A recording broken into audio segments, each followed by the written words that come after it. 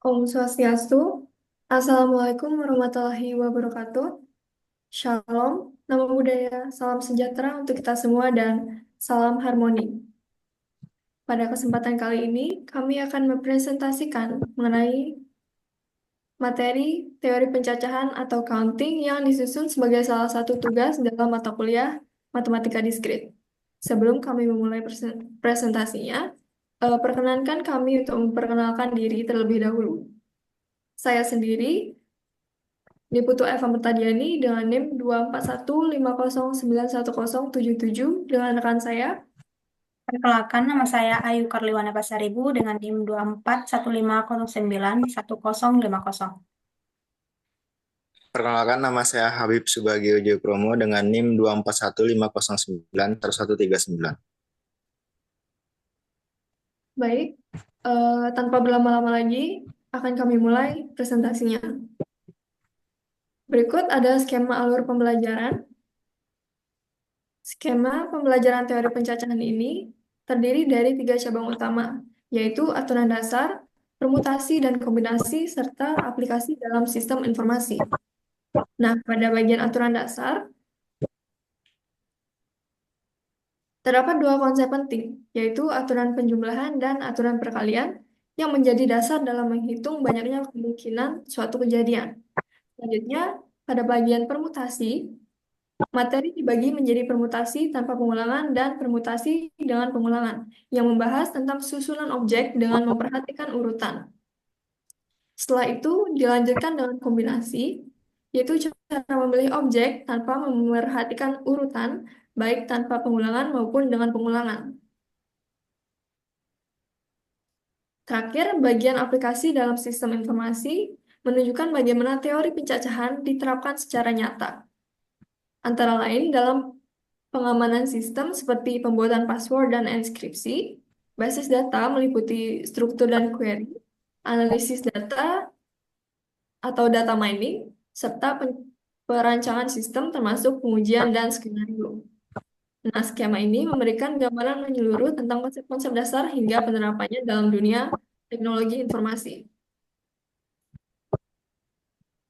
Selanjutnya ada definisi dan konsep dasar.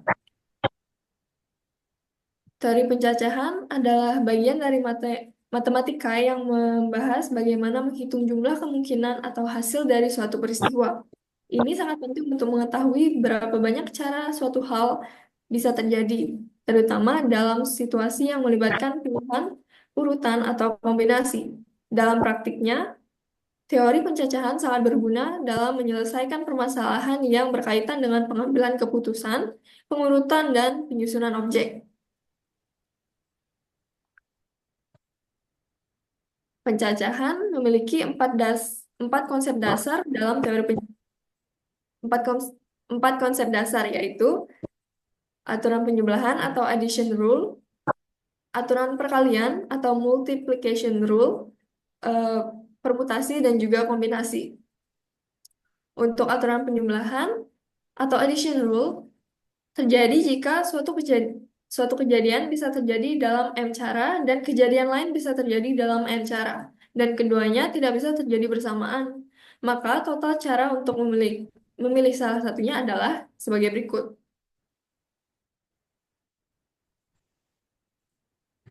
Misalnya, kamu bisa memilih teh 3 jenis atau kopi 2 jenis, berarti total pilihannya 3 jenis teh ditambah 2 jenis teh, sama dengan 5. Selanjutnya, aturan perkalian atau multiplication rule. Aturan perkalian terjadi jika suatu kejadian pertama bisa terjadi dalam M cara dan untuk tiap kejadian itu, kejadian kedua bisa terjadi dalam N cara. Maka total kombinasi dari dua kejadian tersebut adalah M dikali N cara. Misalnya, memilih baju 4 pilihan dan celana 2 pilihan. Total kombinasi outfit adalah 4 dikali 2 sama dengan 8. Sekian pemaparan materi dari saya. Untuk materi selanjutnya akan dijelaskan oleh rekan saya.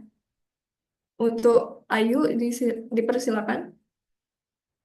Baik, terima kasih buat waktu dan kesempatannya.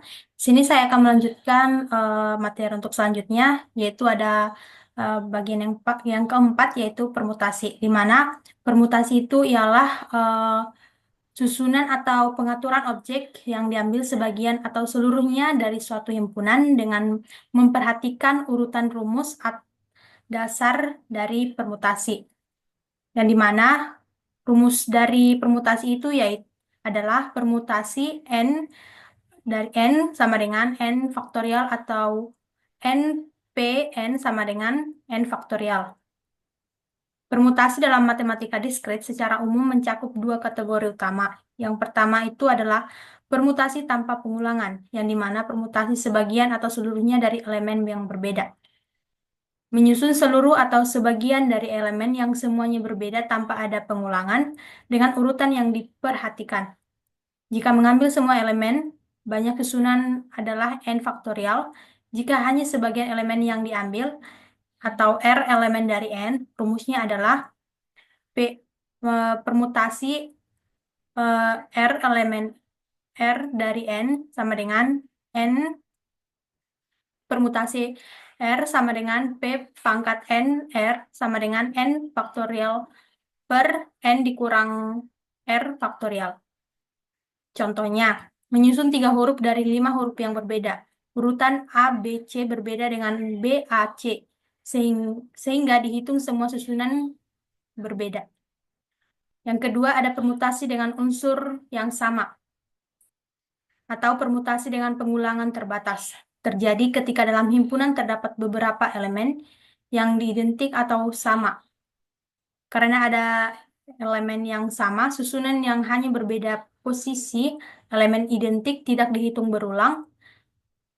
Jadi rumus untuk menghitung banyaknya permutasi adalah P N K1 dikali K2 dikali KT sama dengan N faktorial per K1 faktorial K2 faktorial dan KT faktorial. Di mana K1 dan K2 sampai KT adalah jumlah elemen identik masing-masing jenis. Contohnya menyusun kata tomat yang memiliki huruf T sebanyak 2 kali. Permutasi dihitung dengan membagi total faktorial huruf dengan faktorial pengulangan huruf T. Selanjutnya ada kombinasi, di mana kombinasi adalah cara memilih objek dari suatu himpunan tanpa memperhatikan urutan. Susunan yang hanya berbeda urutan dianggap sama. Adapun rumusnya ialah N CR sama dengan N faktorial per R faktorial NR faktorial. Contoh memilih 3 anggota panitia dari 10 kandidat yang berbeda, di mana setiap kandidat hanya bisa dipilih satu. Sekian materi dari saya kembalikan ke moderator.